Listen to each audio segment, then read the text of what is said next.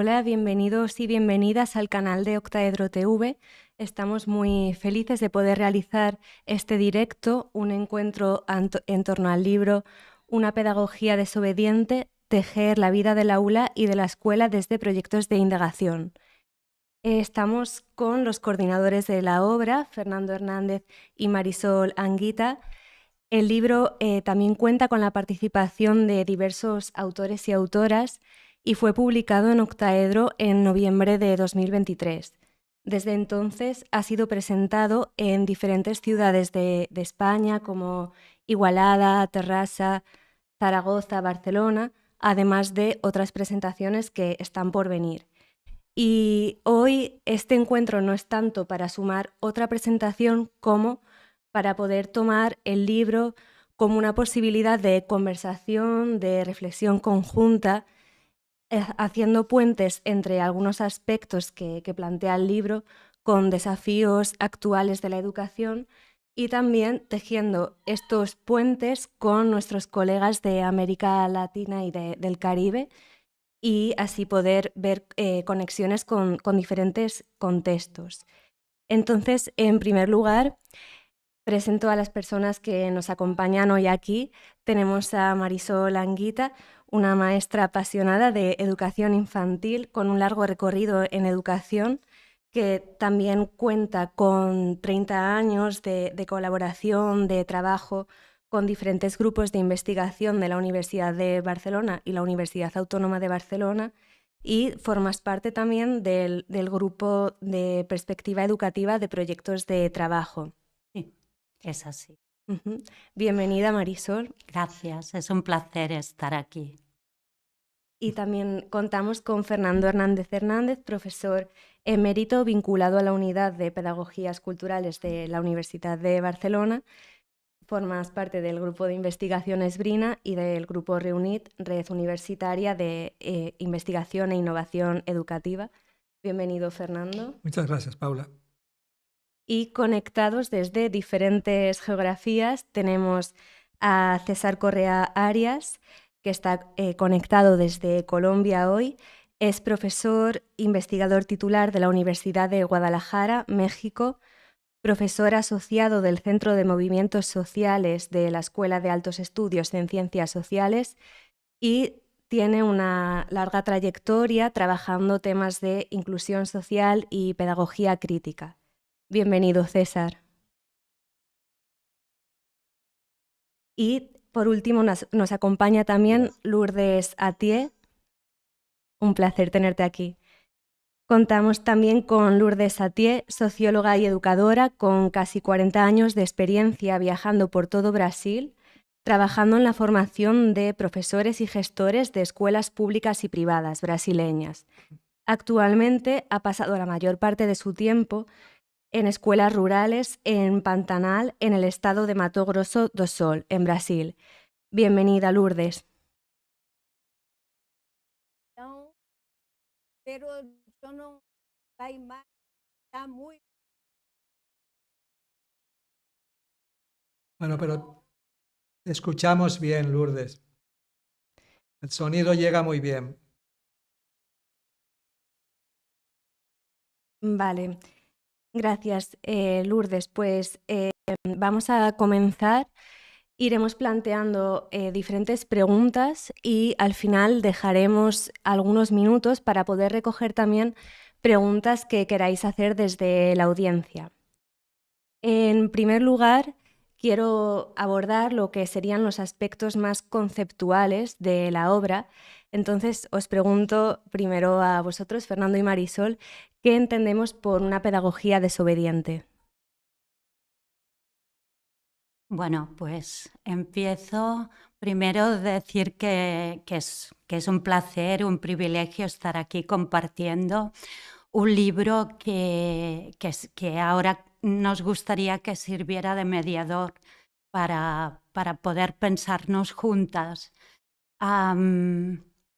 Queríamos un título provocador que hablara de nuestra trayectoria en educación y que nos permitiera pensarnos de una forma desobediente, pero no para llevar la contraria, no para ir a la contra, sino como una forma de pensarnos, de buscar grietas, como dice Sábato. Por cualquier grieta puede entrar la luz, y es invitarnos a todas a buscar la luz, a buscar otras posibilidades a partir de los desplazamientos en educación que podemos provocar si nos pensamos como personas que queremos habitar este mundo y esta forma de aprender y enseñar de una forma provocadora, compleja, curiosa, libre, donde nos podamos pensar juntas. A ver. Bueno, la noción de desobediencia, además de lo que ha dicho Marisol, también tiene como un fundamento filosófico, de ahí creo que el sentido de la pregunta. Y sobre todo quien la comenzó a conceptualizar fue Dennis Atkinson, precisamente en un libro, de su primer libro, que fue Pedagogías en contra del Estado, en el doble sentido de Estado, estado de cosas, y el Estado que dicta cómo ha de ser la vida de las escuelas, o lo pretende dictar en muchos lugares. Pero a partir de ahí él se movió en otra línea de pensamiento, dialogando con Bourdieu, dialogando con Whitehead, etc. Y entonces comenzó a conceptualizar que la pedagogía desobediente o la desobediencia en la educación, como dice Marisol, no es ir en contra de, pero sí es cuestionar una serie de cosas o invitar a cuestionarlo. Entonces yo voy a señalar algunas que pueden servir como punto de partida. Pero antes de señalarla, quisiera decir que hablar de desobediencia hoy es más necesario que nunca. Hoy es más importante hablar de desobediencia que no cuando se publicó el libro hace ya 4 meses o 5 meses, porque hoy vivimos en un mundo que quiere ser o quiere configurarse por parte de algunos líderes totalizadores como un mundo sin reglas, ¿no? Entonces, un mundo sin reglas va a afectar la vida de muchas personas, va a hacer que los hooligans tengan más fuerza y más poder, ¿no? Entonces, yo últimamente estoy hablando de que la escuela puede ser un lugar de resistencia a este mundo, y dentro de este lugar de resistencia las características de la desobediencia creo que son importantes. La primera característica para mí, bueno, y también para el ámbito filosófico en el que se configura, es una pedagogía que no prefigura ni lo que ha de ser un estudiante ni lo que ha de ser un docente. En general, tanto desde la psicología como de la pedagogía, incluso desde la medicina, se tiende a prefigurar, ¿no? Un niño se supone que es, una niña es, pasa por unos estadios, unas fases, por lo tanto hay que actuar de una determinada manera, y un maestro pues espera que sea esto. Ahora, por ejemplo, se está discutiendo las competencias para ser maestro, para actuar como maestro, y desde este punto de vista pues también se prefigura un tipo de maestro. Entonces, la primera cuestión es cuestionar las prefiguraciones. O sea, ¿por qué hay que prefigurar a un niño? ¿Por qué hay que prefigurar a alguien que deja la escuela? O sea, ¿por qué hay que colocarle una etiqueta de lo que debe ser antes de que pueda hacerlo, ¿no? Y con el docente sucede lo mismo. Por lo tanto, la idea de la prefiguración es una cuestión. Luego, el segundo elemento de la desobediencia son todas aquellas normas, burocracias, discursos, narrativas, mitificaciones que actúan sobre lo que debemos ser y cómo debemos actuar.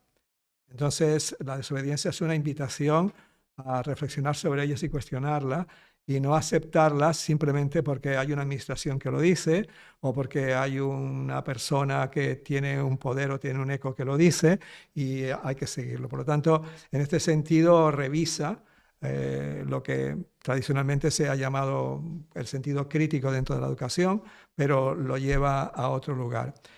Una tercera característica es que, y esta es una característica que tiene mucho fundamento en la filosofía, la educación, incluso en perspectivas más progresistas, tiene una enorme tendencia a fijar lo que ha de suceder. Dígase programación, dígase tablas para encuadrar a las personas, tablas para evaluar, etcétera, etcétera, ¿no?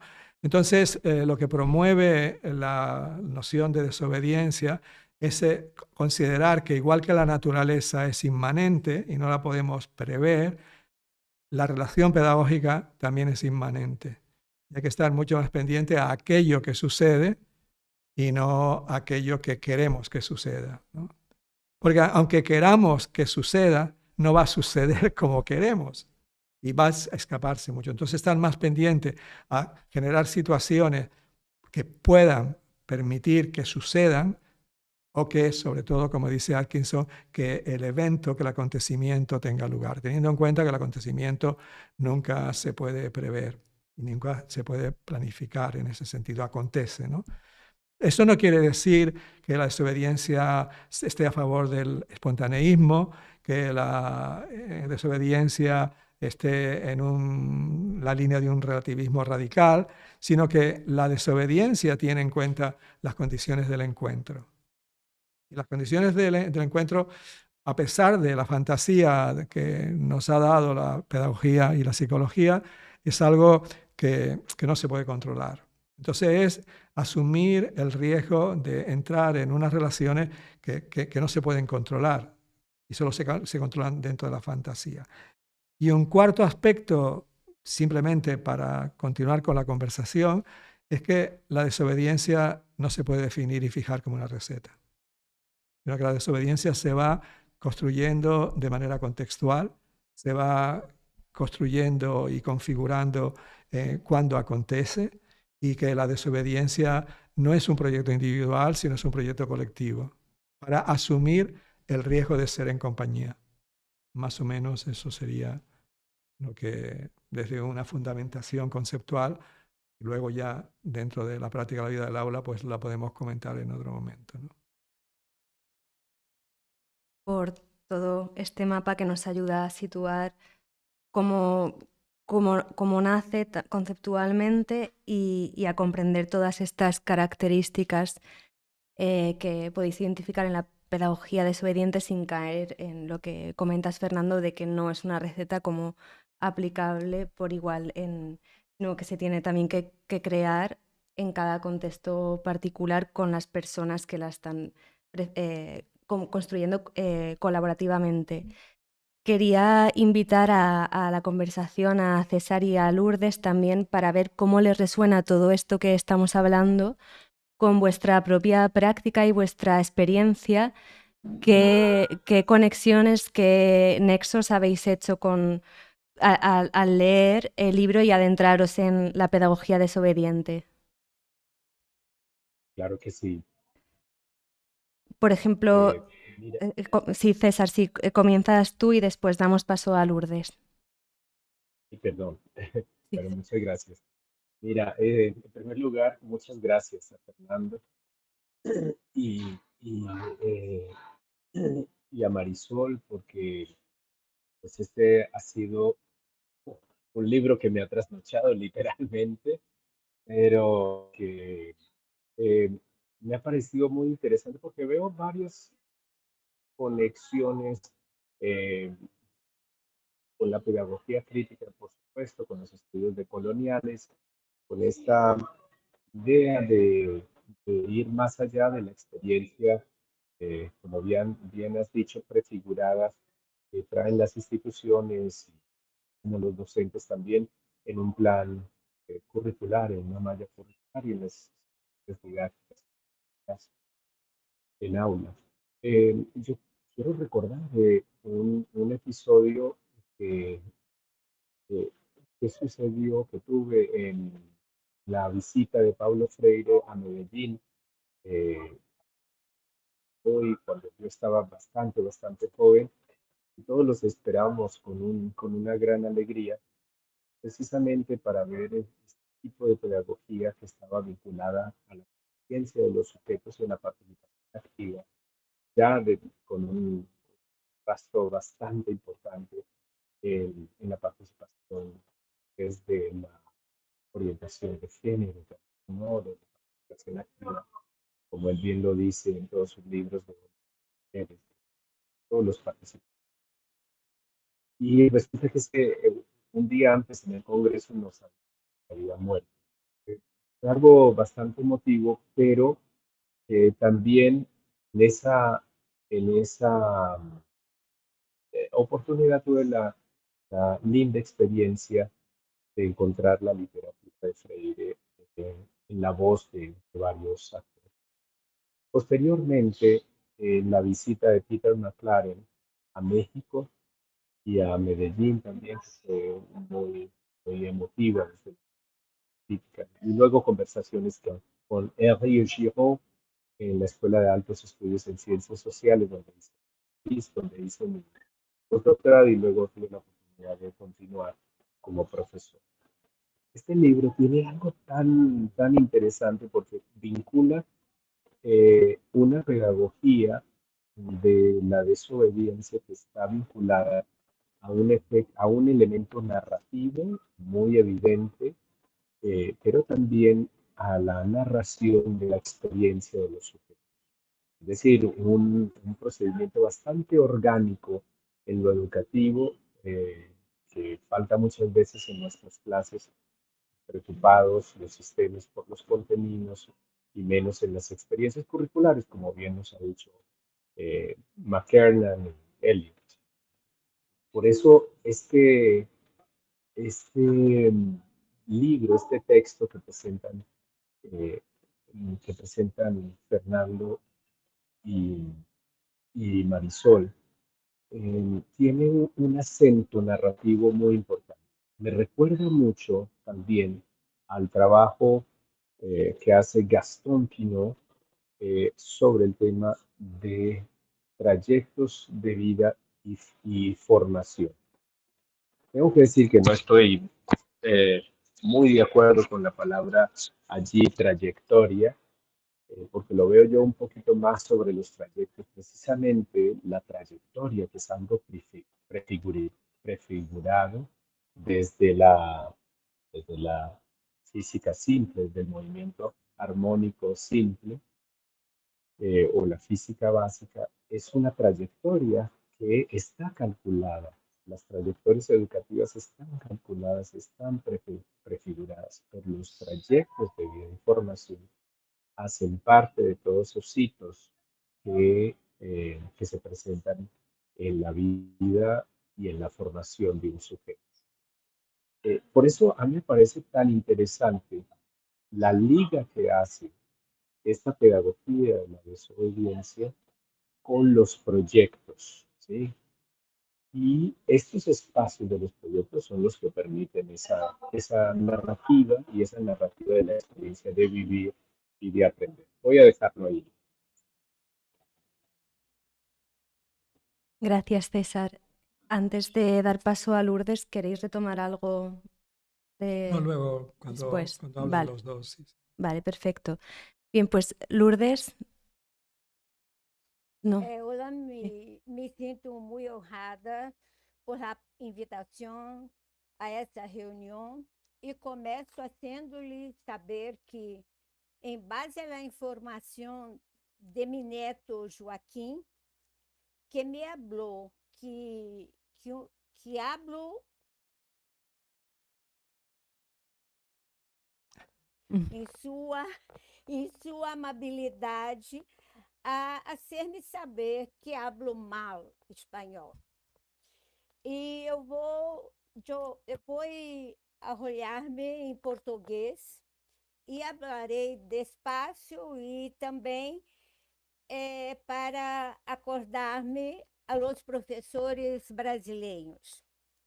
Pero não preocupes que entendo muito bem espanhol, certo? A minha imagem não está aparecendo e aqui consta que o diretor desativou a minha câmera. Aqui, para mim, a minha está ativada. E a imagem de vocês está tremida. Então, farei como um podcast, tá certo?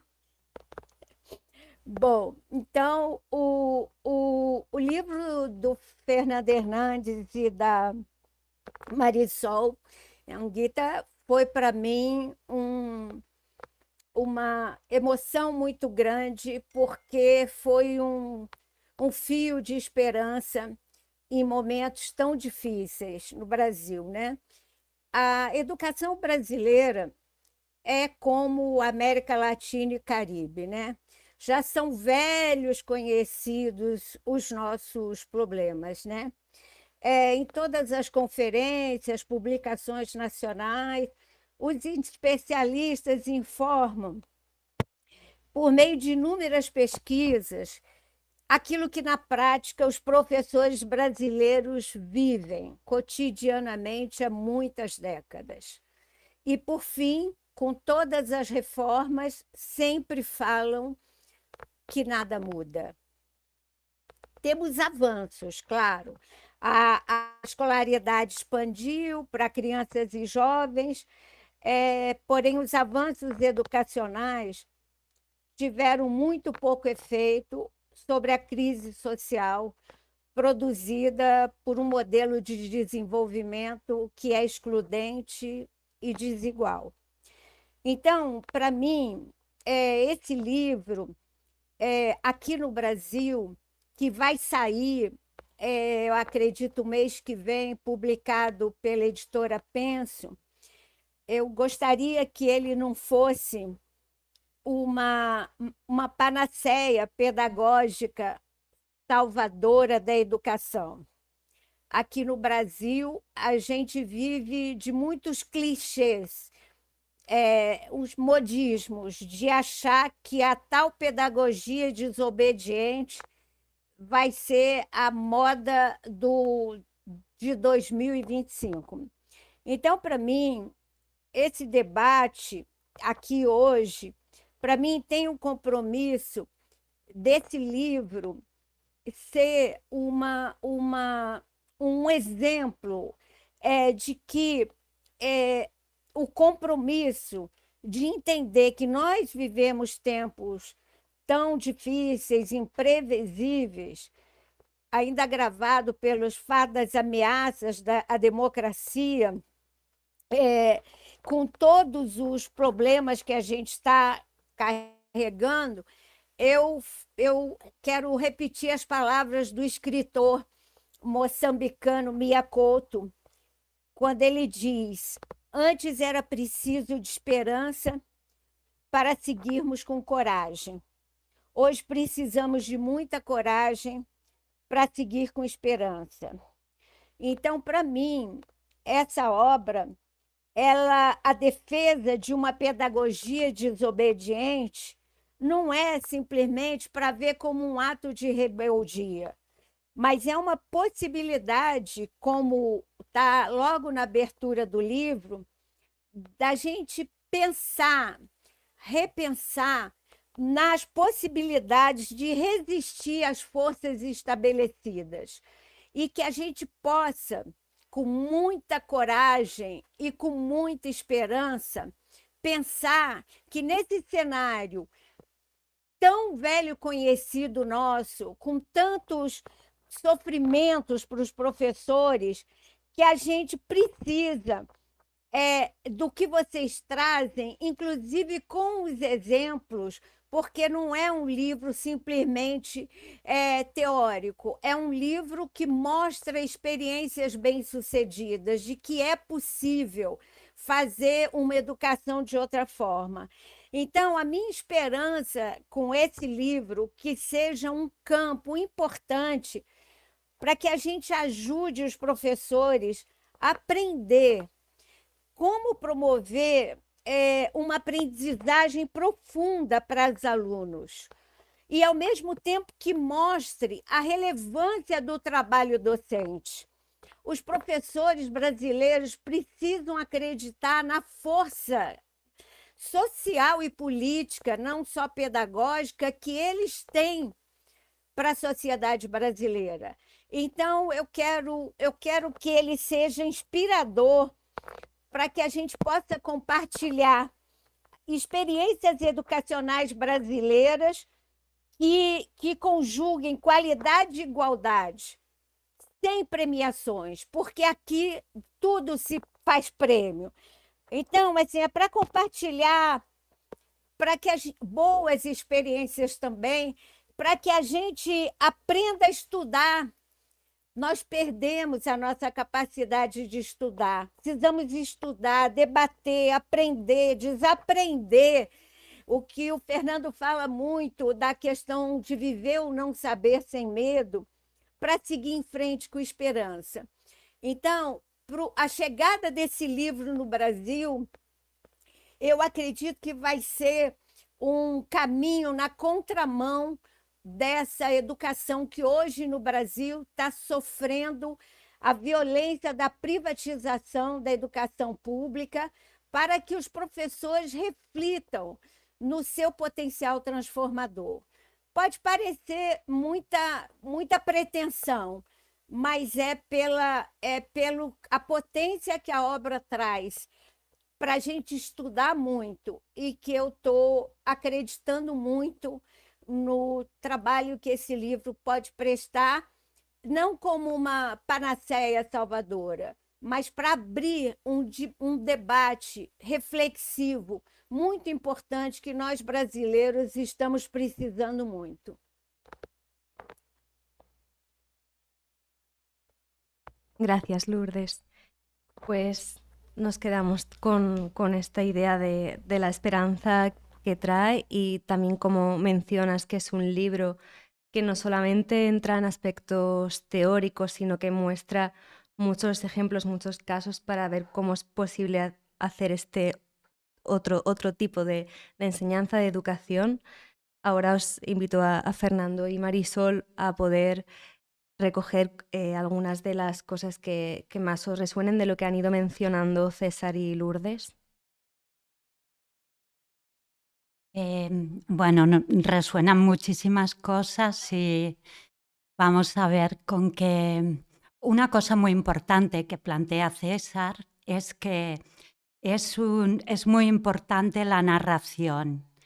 Y cuando hablamos de narración, hablamos de personas que narran su historia de aprender juntas, que nos sentimos autoras de nuestro camino, de ese aprender en compañía que decía Fernando, y nos exponemos a esa forma de caminar un poco en la cuerda floja de lo que va emergiendo, y donde lo importante es esa vida que vamos tejiendo juntas.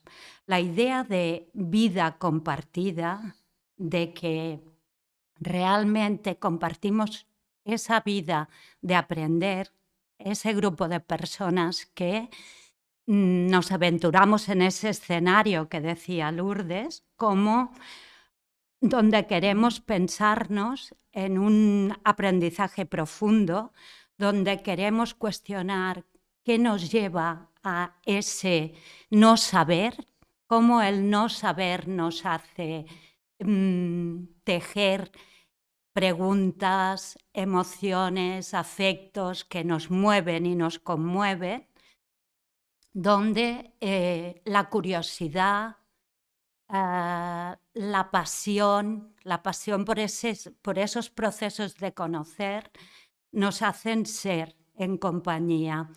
Me parece muy importante pensar en esa educación otra que es posible, que queremos provocar en el libro, en esa desobediencia en la que podemos pensarnos, como una manera de pensar un mundo, de pensar el mundo para comprendernos y comprender, donde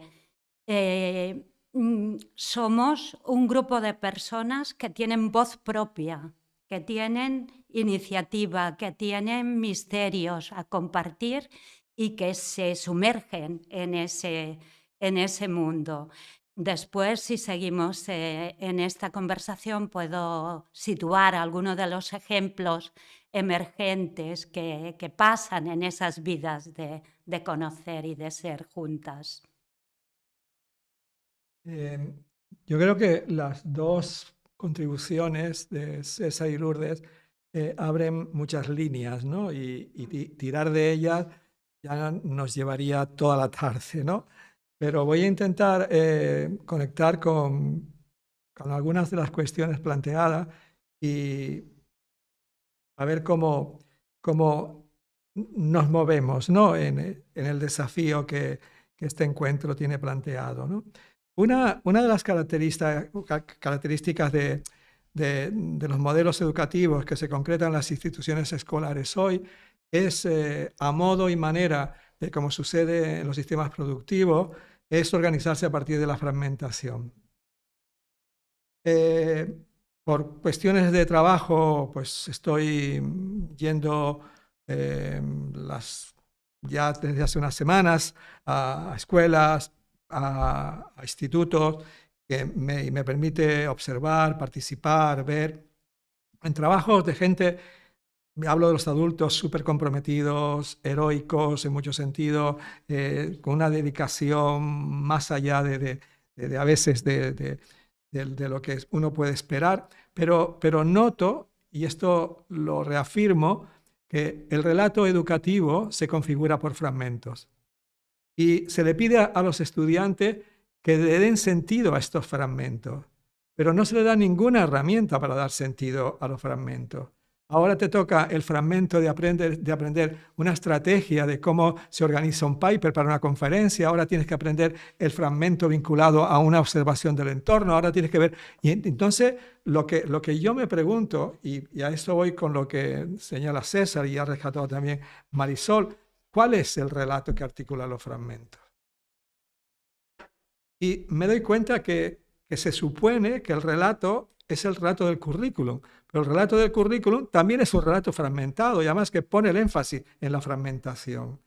Entonces ahí hay un primer desafío, porque eso está y eso configura, y voy a decir un palabra académico, pero que me parece fundamental, una cultura epistémica que está profundamente enraizada en las instituciones escolares, que es construirse a partir del fragmento y pedirle a los estudiantes que le den sentido a los fragmentos. Entonces los estudiantes no lo pueden hacer por sí mismos porque no ven que los adultos le estén dando sentido y construyendo un relato a partir de los fragmentos. De ahí que la propuesta de los proyectos de indagación, no como solución, pero sí como posibilidad, es permitir que se construya una narrativa que articule los fragmentos. ¿Por qué? Porque si no tenemos narrativa que se configura en relato, precisamente perdemos el sentido de lo que estamos haciendo. Y hoy te devuelvo una actividad, mañana te devuelvo otra, ya me he olvidado de la que me pediste, ahora te doy otra, pero ¿qué es lo que lo está hilando todo eso? Y eso tiene luego una capa superior, ¿no?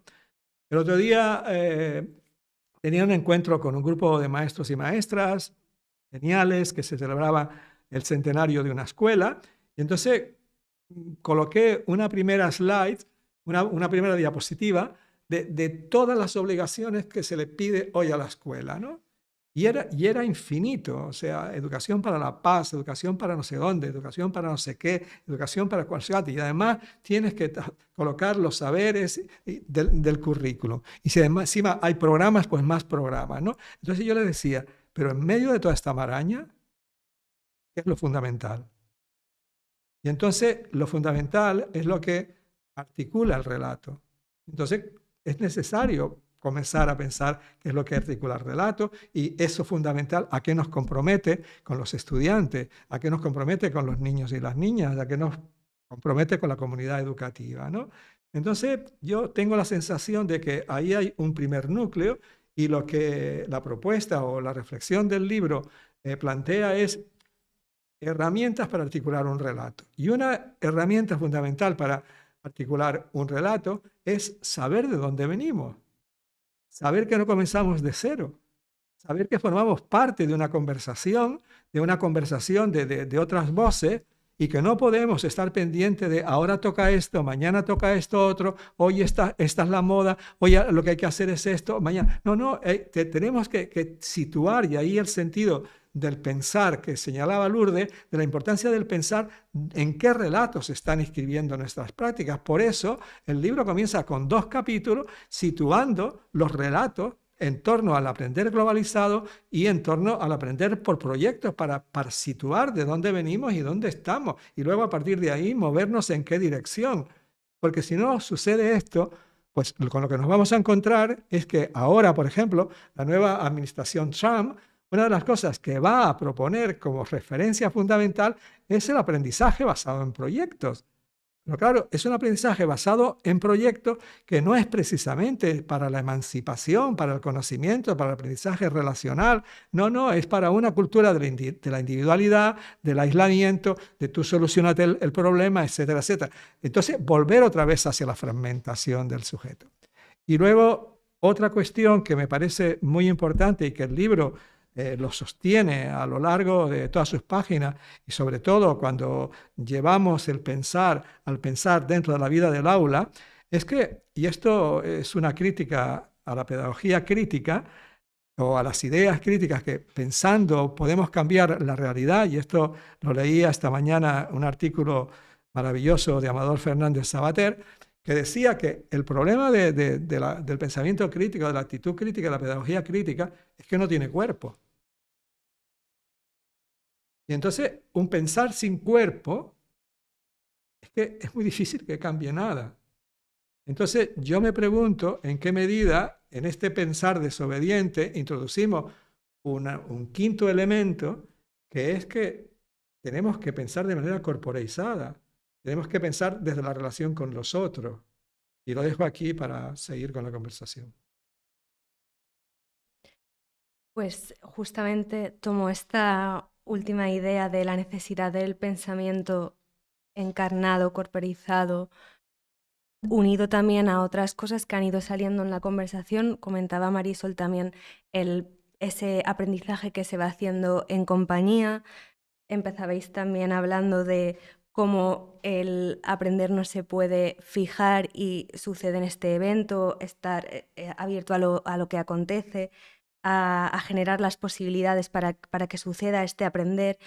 Todo esto choca mucho con el momento actual que estamos viviendo, con este control, esta vigilancia de los datos, que lleva también a una precarización del conocimiento, una digitalización muy acelerada, la estandarización, y también se ha visto más promovido con toda la irrupción de las IAs como el ChatGPT, el Dixit.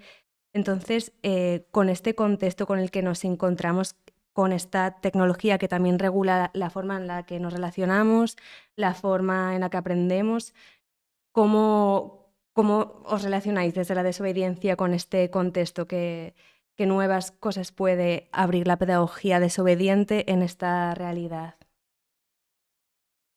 Comienzo por invitaros a la conversación a vosotros, Fernando y Marisol, y abrimos después a Lourdes y César. Vale, sí, a ver, esto que planteas, Paula, es clave y es clave en este momento.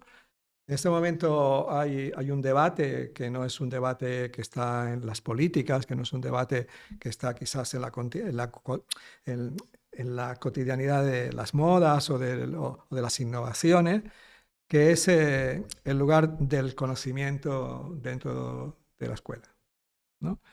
Entonces, muchas veces tengo la oportunidad, y lo considero que es un privilegio, de ver propuestas de aprendizaje mediante proyectos, y son experiencias magníficas, de verdad. O sea, hay un sentido de la búsqueda, hay una creatividad, hay un trabajo sobre estrategias muy ricas de indagación, etcétera, etcétera.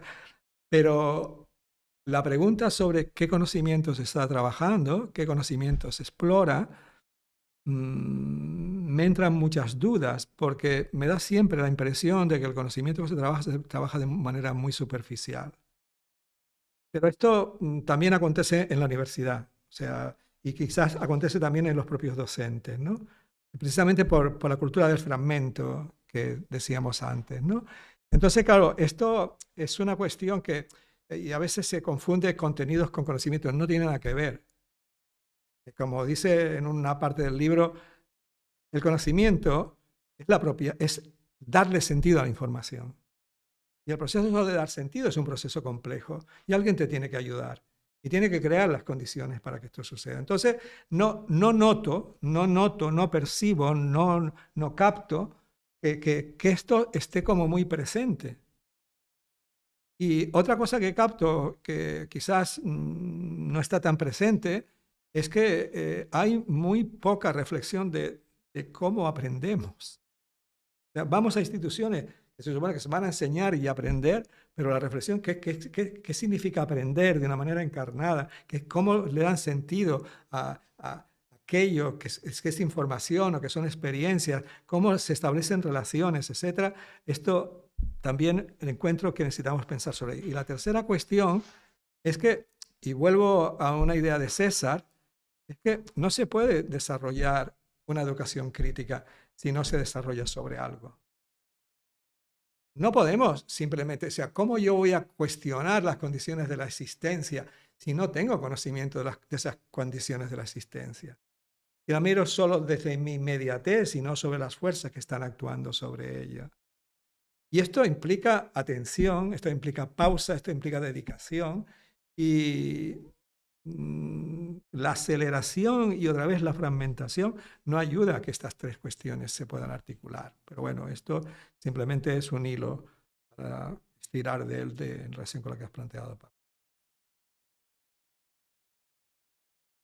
Otro hilo en esa línea sería todo lo que está emergiendo a nivel de pensamiento, de qué poder tienen las inteligencias artificiales, como planteabas, y han salido teóricos como Varoufakis que hablan de tecnofeudalismo y desde la desobediencia tenemos que pensar de nuevo cómo escapamos de ese poder vertical, cómo escapamos en este momento de un poder vertical de las plataformas que controlan la información, que controlan nuestras vidas, que controlan nuestra manera de consumir y que somos algoritmos dentro de... Y bueno, cuando buscas ese término, lo primero que te aparece es una plataforma donde te venden el libro de Varoufakis. Entonces ahí vamos. ¿Cómo vamos a dialogar con este nuevo feudalismo vertical desde posiciones de horizontalidad, que son las que estamos planteando? Porque cuando planteamos que lo que queremos, en definitiva, es contar nuestra historia de aprender, estamos hablando de un relato que no es fragmentado, porque la vida no es fragmentada, la vida está interconectada y pasa entre las múltiples entradas, inputs, experiencias, voces que nos mueven y que nos conmueven a hacer un relato complejo que siempre está en un proceso inacabado. Y que en un momento del libro necesitamos hablar de rizoma, de currículum rizoma, para situar que la manera de entender estos relatos que se van tejiendo en nuestras vidas de aprender están siempre en movimiento, provocan desplazamientos que se van interconectando y eso es importantísimo y por tanto tenemos que vencer más que nunca la fragmentación y la verticalidad. Y bueno, pienso que César y Lourdes tienen mucho que decir también al respecto. Claro que sí. Bueno, creo que una de las primeras notas que escribí del libro es que este libro está escrito a varios hilos y fibras, sobre todo por esta utilización de la expresión de tejer, ¿no? De tejer vidas en la aula y en la escuela que nos presentan Fernando y Marisol. Que ha basado básicamente en las experiencias de vivir y de aprender. Eh, Claro, no es el tema de defender la pedagogía, pero no podría estar más en desacuerdo con Fernando Sabater en el tema de la encarnación, porque es precisamente en la pedagogía crítica de Freire que se encarna la emancipación en los sujetos y no en los contenidos. Y creo que el libro hace esta misma apología cuando citas a Freire, en el sentido pues de narrar la vida y de narrar la formación. Me parece también que hay un elemento de encarnación en el libro sobre el tema del devenir.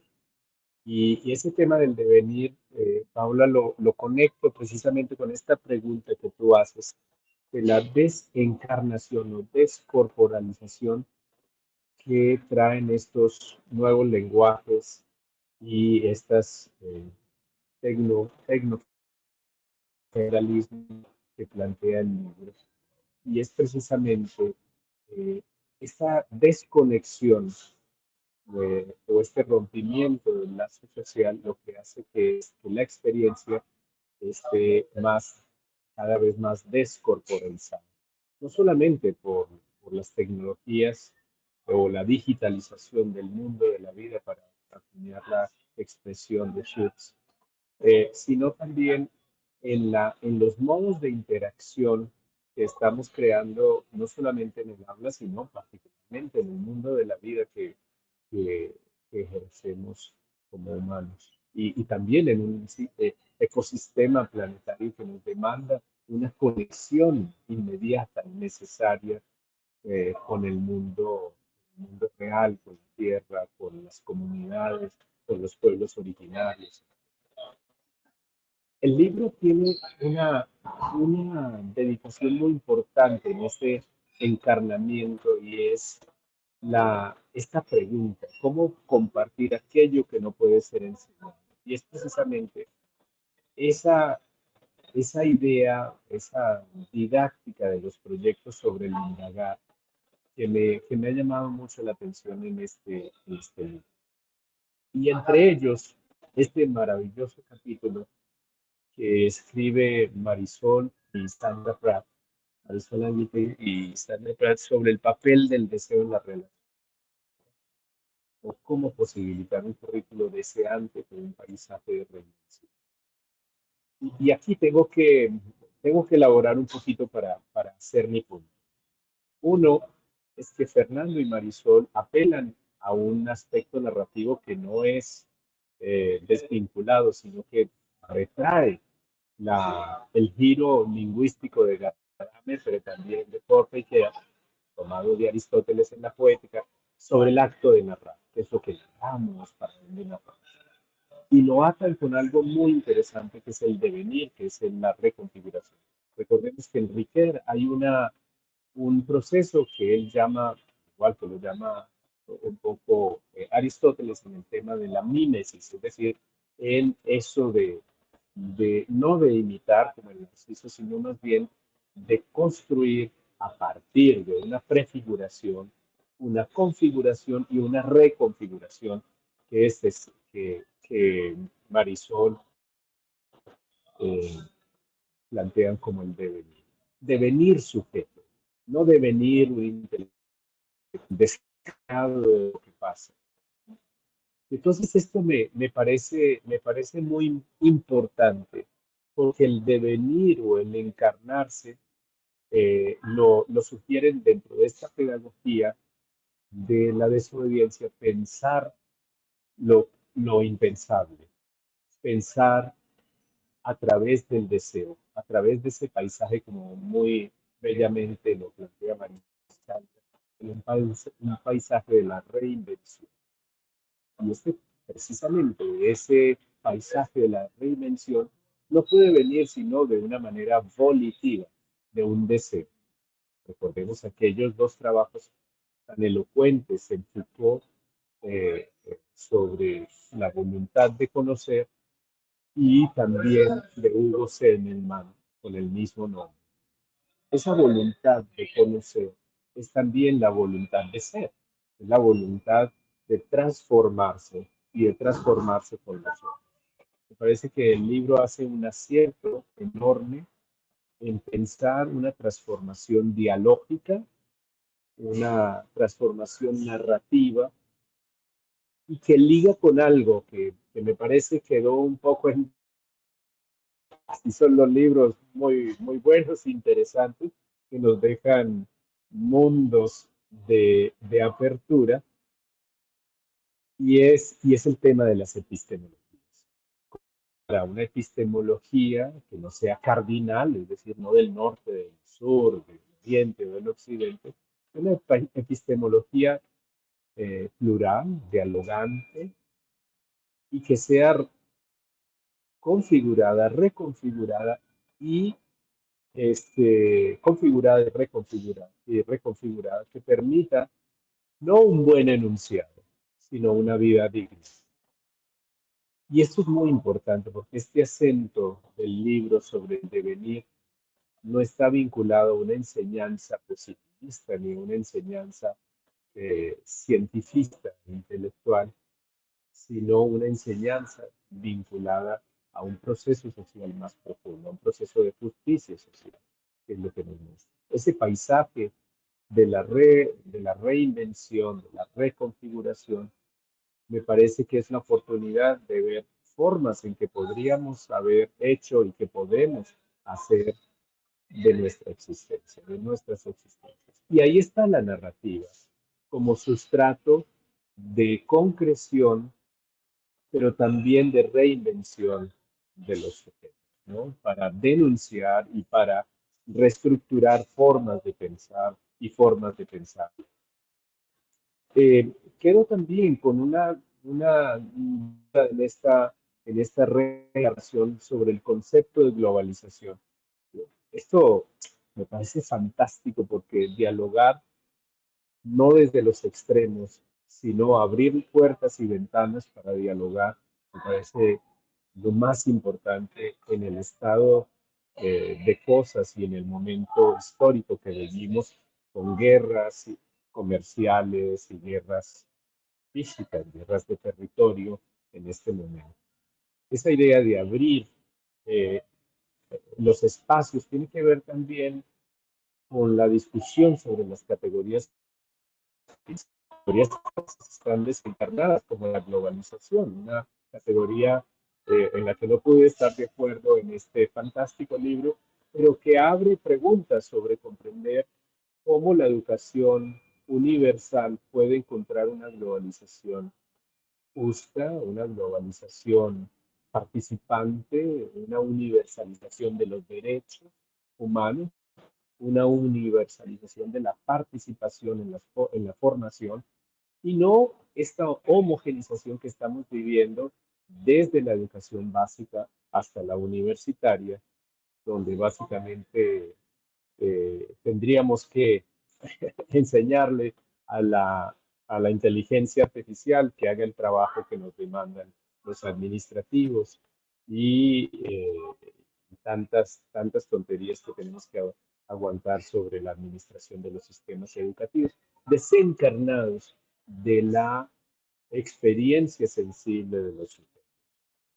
Y quiero plantear como último punto, como una ventana, un umbral para dialogar si hay posibilidades y no para dialogar después. ¿Qué significa la globalización en términos de universalización en epistemologías cruzadas, no de personas que vienen del sur global o del norte global o del ambiente centroeuropeo, sino de la realidad que tenemos?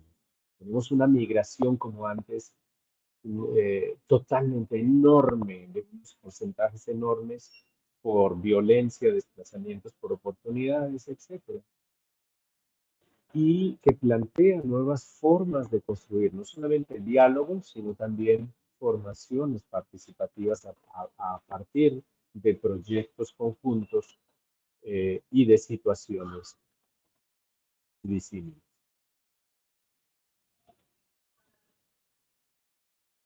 Gracias, César. Has abierto muchas líneas. Ahora, después de que pueda intervenir Lourdes, podemos tomar alguna de todas las que planteas para continuar la conversación. Lourdes.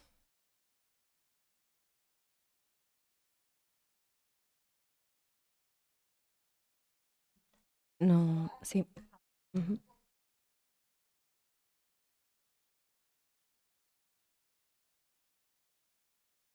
publicado no Brasil o primeiro livro dele sobre projetos de trabalho, que eu acho que foi nos anos 90, né, Fernando? E esse livro foi uma comoção no Brasil, porque a gente achava que a ideia era maravilhosa, mas a gente não tinha a menor ideia como viabilizar o que era falado na escola que a gente tinha.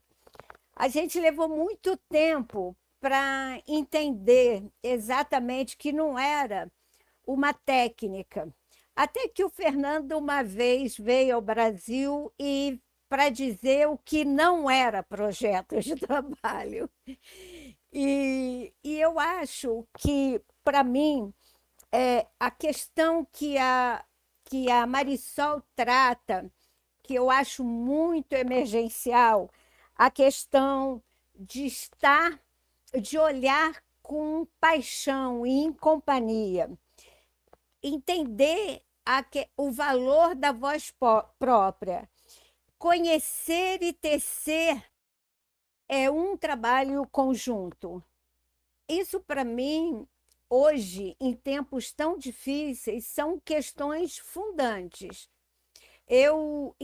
Agora, eu cheguei ontem eu estou 2 semanas que eu fui a várias partes do Brasil. Eu fui a Curitiba, que é sul, eu fui ao Ceará, que é nordeste, e voltei ontem de Minas, que é região sudeste. Todos eu fui falar com a escola pública, em Curitiba com privada também. E isso que o Fernando... E eu levei a ideia do que eu mostrei, na verdade, assim, o que nós estamos fazendo e que a gente poderia repensar o que nós estamos fazendo, já que o que estamos fazendo tem dado muito pouca satisfação e tem levado os professores a uma exaustão tremenda. E eu falava isso, então, e falava da pedagogia desobediente, e eu via na cara, e eram grupos muito grandes, a mesma cara que eu fiz quando o Fernando veio ao Brasil falar de projetos de trabalho. Era um grande ponto de interrogação. E com essa fala do Fernando agora, que ele fala que pensar o conhecimento que nós estamos trabalhando na escola, que ele está falando dessa fragmentação, eu me lembro de um trecho do livro da Alice, no País das Maravilhas, e que ela se perde e encontra o gato, e ela fala para o gato: por favor, que caminho que eu devo seguir? O gato pergunta, o gato responde: depende para onde quer ir. Ela fala: para qualquer lugar. E aí ele fala: para qualquer lugar, qualquer caminho serve. Eu acho que essa é uma realidade muito do Brasil. Pensar, aprender de forma profunda, passa pelo que o Fernando está falando, dessa importância da gente saber como a gente aprende. E para os professores também, como eles aprendem, né? Que isso Fernando tem trabalhado bastante e tem desenvolvido. E quando a Marisol traz um outro elemento de complexidade, que é o técnico-feudalismo que nós estamos vivendo hoje, para mim, essa questão de que a Paula fala de que a gente precisa encarnar, eu adorei, Paula, porque eu uso muito esse termo aqui no Brasil e as pessoas sempre levam para o lado espiritual, para a gente encarnar o espírito. mas é exatamente no sentido que você fala. Então, eu acho que o caminho que o livro, na verdade, possibilita é trazer uma visão decolonial, uma visão que ela é uma forma de pensar descolonizada. É quando o professor pode e deve assumir um protagonismo, mas não qualquer protagonismo, mas um protagonismo em que ele esteja encarnado e que ele sabe exatamente o seu papel e que rompa com isso que o Fernando falou dessa fragmentação. Ontem eu estava passando na minha palestra ontem, eu tenho uma lâmina no meu PowerPoint que eu tenho uma lista de umas 30 coisas que os professores têm que fazer. Fazer com que todos os alunos aprendam, saber trabalhar com a diversidade, atender os pais, fazer todos os projetos que aterrissam na escola, dar conta do livro didático inteiro. Eu faço uma lista grande e eles começam a rir. E no final, a última linha é: e ainda ser positivo diante da vida. Porque, e aí eu digo, vou mostrar uma foto de vocês. E eles riem muito. E aí eu ponho uma imagem de uma bomba atômica explodindo, que para mim simboliza como eles estão vivendo. Eles estão explodindo, eles estão adoecendo. E o que eles precisam entender é que há um caminho, que há uma possibilidade. E que essa possibilidade é um nadar contra a corrente dessa educação que hoje a gente vive, em que a privatização avança, né? As empresas, essa visão mercadológica que transformou a educação com receitas salvadoras que só reforçam a desigualdade.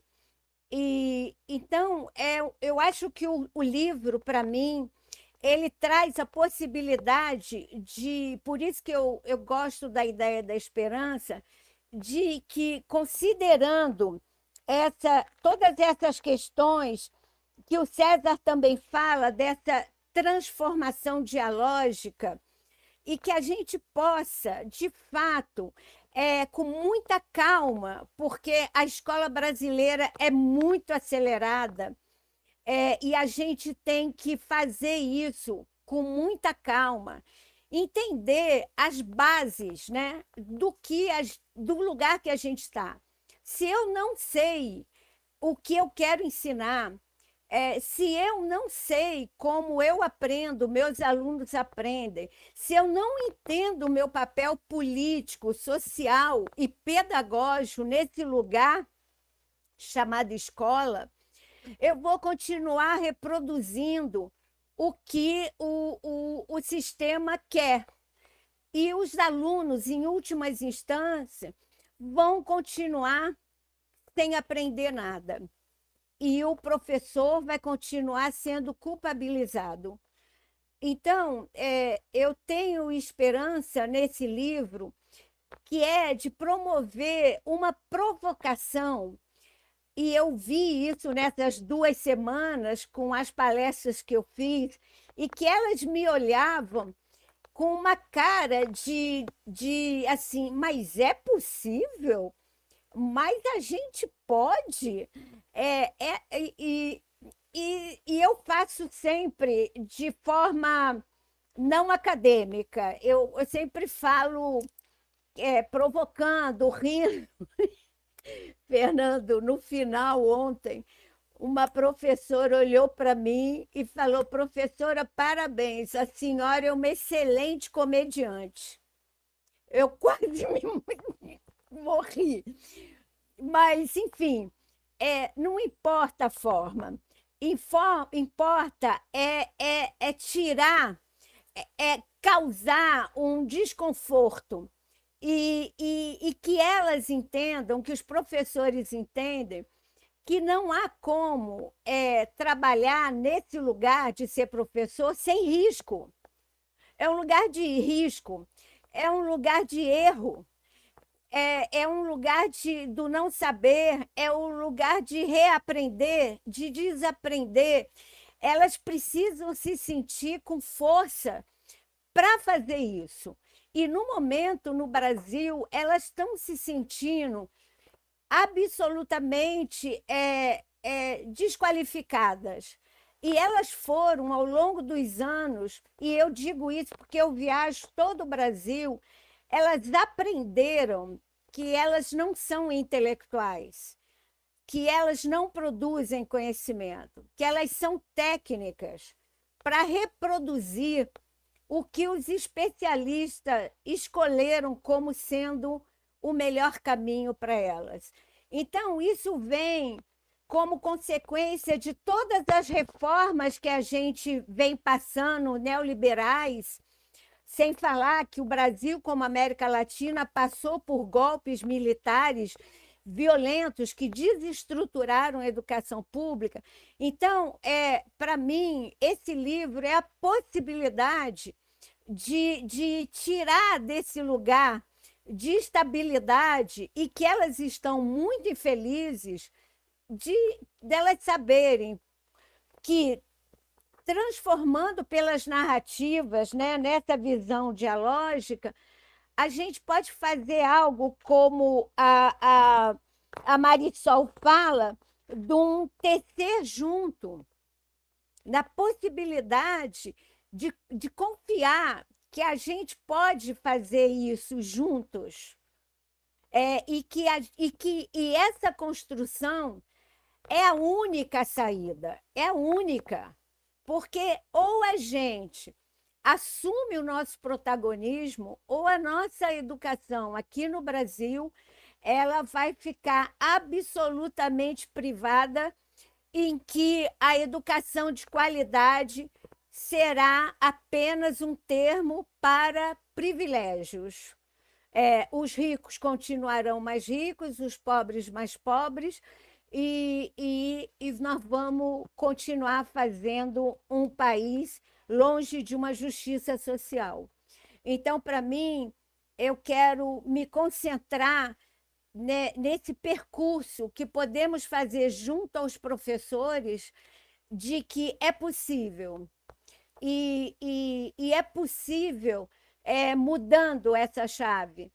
E é possível pelos caminhos que estão nos livros, nos vários exemplos, da educação infantil ao superior, e que todos que escreveram artigos tiveram uma coerência de deixar claro que aquilo não era uma receita, que aquilo era resultado de muito estudo, de muito trabalho coletivo, e justamente por isso que era uma apresentação verdadeira e muito humilde. Ali não era um especialista falando, era uma narrativa da possibilidade e que encantava. Ali tem muitos artigos de total encantamento, ao mesmo tempo com muita potência acadêmica, e eu acho que esse, para mim, é um caminho maravilhoso, mas eu acho também que é um longo caminho.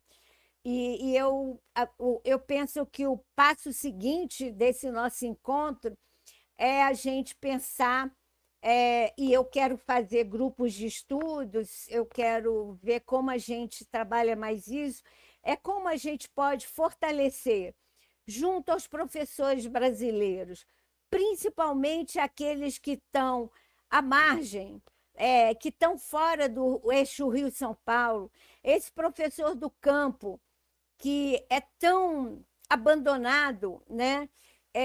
Que a gente possa trabalhar no sentido de dizer está na mão de vocês e a gente pode. Bien, muchas gracias, Lourdes. Estamos llegando ya al final del encuentro. sé que se quedan muchos hilos sin poder abordar y como decíais, podríamos estar hablando toda la tarde. Entonces, como tenemos que cerrar ya, yo ya os quería pedir para terminar que pudierais compartir algo con lo que quisierais que nos quedáramos, que se quedara resonando. Entonces, podemos unir esta invitación de cierre con que recojáis algunas de las cosas a partir de las intervenciones de César y Lourdes, ya como intervención final. No sé si quién de los dos queréis empezar, Marisol, Fernando. Hay muchísimas cosas, pero como vamos mal de tiempo, tengo ganas y necesidad de recuperar voces de personas que han formado parte de diferentes tejidos de aprender.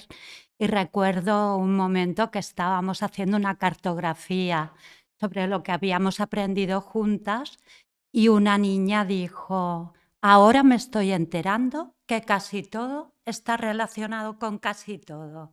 Eso tiene que ver con ese rizoma, con esa vida horizontal, donde todas tenemos voz propia, donde todas podemos aportar. Otra niña dijo: podríamos poner de título que lo que hemos investigado, explorado juntas, es la vida, es nuestra vida. Y alguien aportó: sí, le podríamos llamar Viva la vida, como decía Frida Kahlo.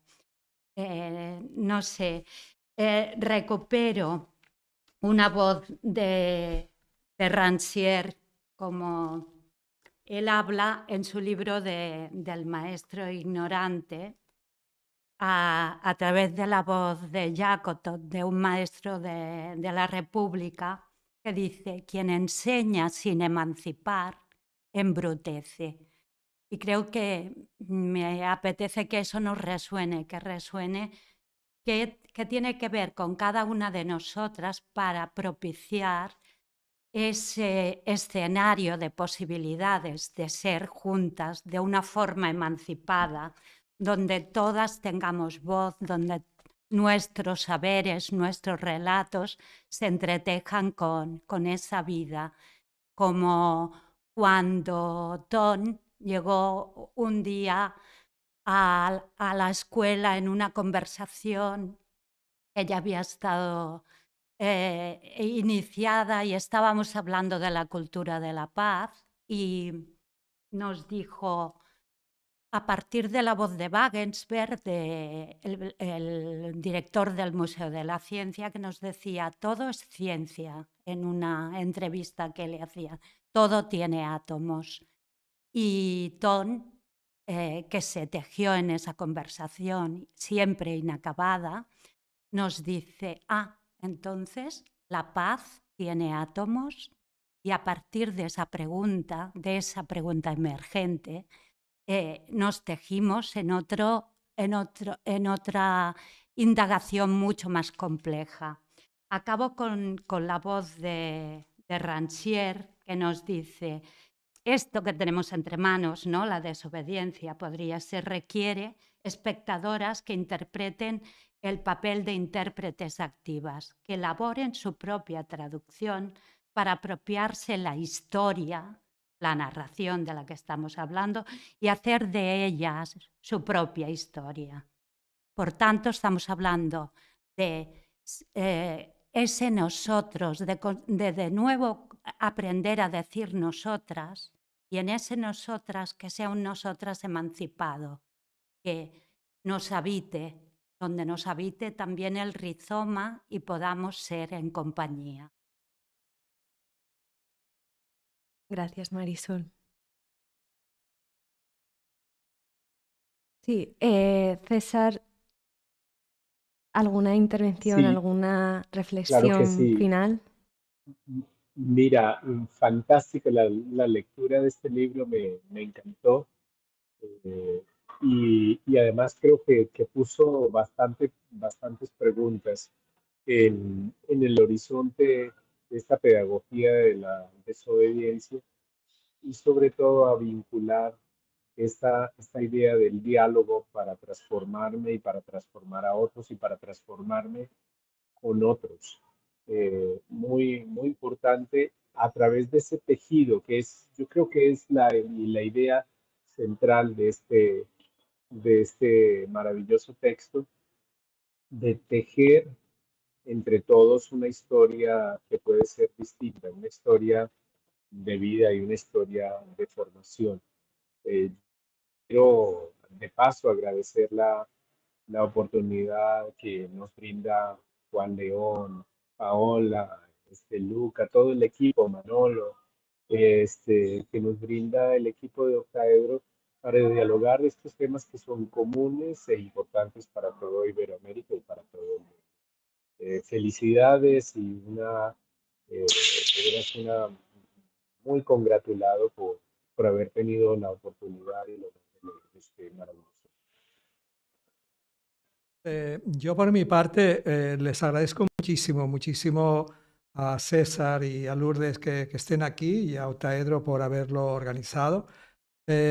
Acabo con una frustración de no poder ver y seguir pues qué ecos, qué resonancia ha ido generando en la audiencia todo esto que hemos hablado, pero bueno, es el problema de los formatos.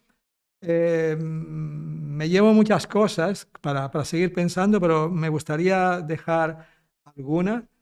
La primera es la pregunta sobre qué vidas están tejiendo las escuelas y los institutos, más que o junto a que enseña, que aprende, que evalúa, es qué vidas están tejiendo y qué vidas quedan excluidas.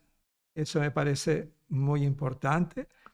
La segunda es una aportación de César que me va muy bien para entender y situar ciertas cosas que estoy pensando. Es el no instalarse en una epistemología cardinal, sino intentar abordar o situarse desde epistemologías cruzadas.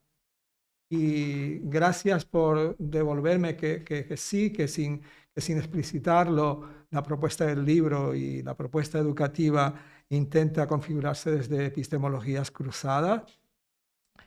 Y la tercera cuestión tiene que ver como, y esto es algo que ha dicho Lourdes y que lo intento completar, es asumir que la escuela es un lugar de riesgo, es un lugar de no saber, es un lugar de repensar, pero es un lugar en el que se intenta o intentamos tejer juntos experiencias, conocimientos y saberes, ¿no? Y a veces lo conseguimos y cuando lo conseguimos, la escuela y sobre todo la escuela pública realmente tiene un sentido y tiene un sentido especial para aquellos más desfavorecidos. Muy bien, pues muchísimas gracias a Lourdes y a César, a Fernando y Marisol y a toda la audiencia. Para Octaedro ha sido un placer poder organizar este encuentro y bueno, además del directo, pues el vídeo quedará guardado y podemos volver a él y continuar la conversación más allá de este directo. Muchas gracias. Muchas gracias, Paula. Gracias por la conversación tan rica. Gracias a todos. Gracias, chao, chao. Gracias. Chao.